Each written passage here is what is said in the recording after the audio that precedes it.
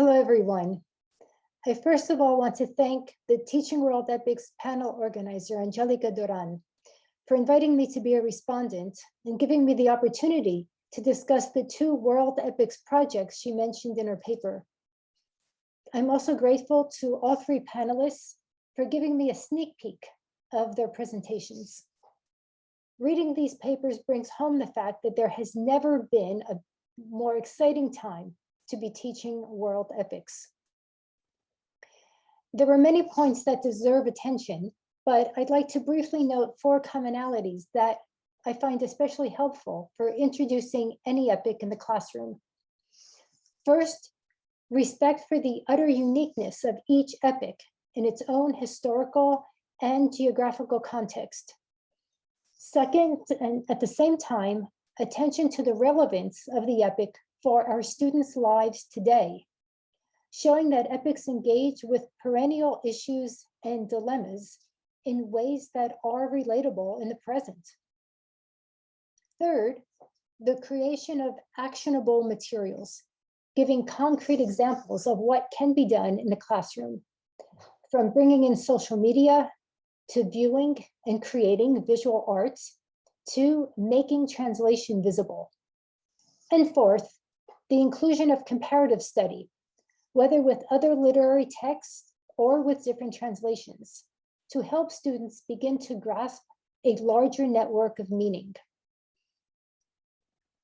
What comes through in all three essays, moreover, is, on the one hand, how daunting it is for faculty to teach and students to read epics, and on the other, how exciting and illuminating and even life-changing the experience can be for all involved. So in the spirit of exchanging ideas, as we think together about approaches to teaching World Epics, I'd like to describe my two World Epics projects.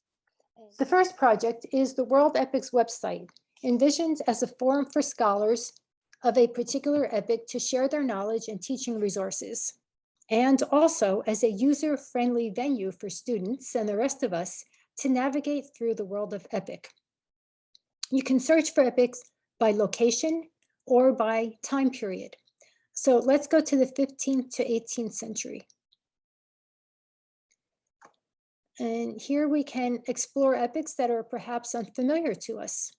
For example, we find a Central Asian epic whose earliest written version stems from the 14th or 15th century, introduced by an expert in the field.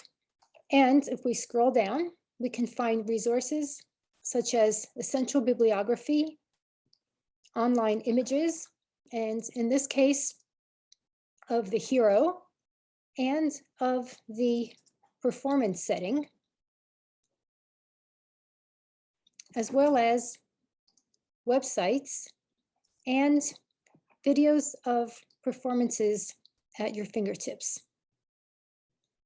Some pages on epics include teaching tools. So let's look at two further examples from the 15th to the 18th centuries. The first is the Fairie Queene, where we have an introduction by Jason Lotz, who also supplied an essential bibliography. And if we look under images, we find a website developed by Reid with approaches, images, and pedagogy. So there's a treasure trove for instructors here. The second example, if we go back to the 15th to 18th century,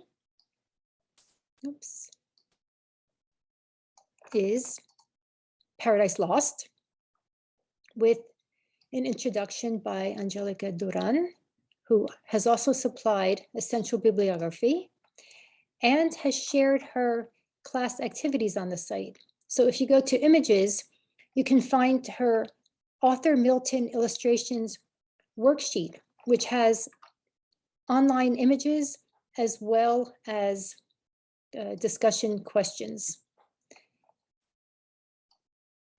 And you can find websites, performances, and lectures and podcasts on Paradise Lost as well. Let's go back to the homepage because there are more features I'd like to point out. Under events, right now there's the World Epics and Puppet Theater India, Iran, Japan, Italy project. This is a series of scholarly encounters and puppet theater performances. The mini symposium on exile and the corresponding Sicilian puppet play already took place, and the videos are available online. The 3 upcoming events for May 11th, 18th, and 25th are online screenings of puppet plays based on epic narratives from Iran, Japan, and India, followed by Q&As with the puppeteers. The next section, resources, features websites on different epic texts and traditions, and I change these periodically. And at the bottom of the homepage are posts in 3 different categories: adaptations, news and events, and publications. So please do send me your news and I'll post it here. The publications column is not only for recently published books, but also for calls for papers and proposals. For example, the Anthem World Epic and Romance book series invites proposals for manuscripts dealing with epics and chivalric romances from across the globe, both written and oral, in poetry and prose, as well as adaptations in theater and cinema.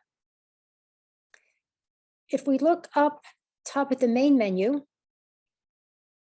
I've recently added projects, and next I'll be adding syllabi.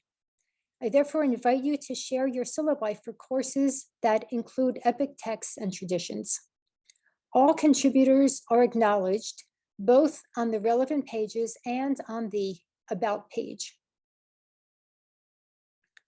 And here's my open invitation. Please email me. You can find my email here.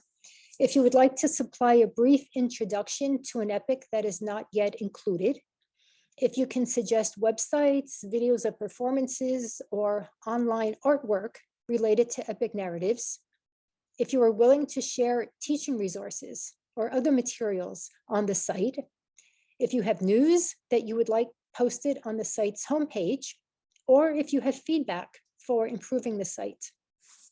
The list of contributors is on this page, and some names in the list include email addresses and personal websites for easy reference. The link is edblogs.columbia.edu/worldepics. And you can also access the World Epics website through the RSA Commons. Now I'm going to describe the second World Epics project, much more briefly, I promise, and I'm going to search for the page here.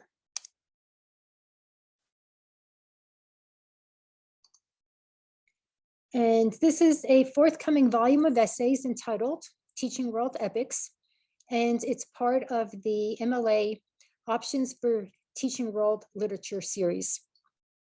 Josh Reid mentioned earlier the MLA volume Teaching the Italian Renaissance Romance Epic, to which he contributed.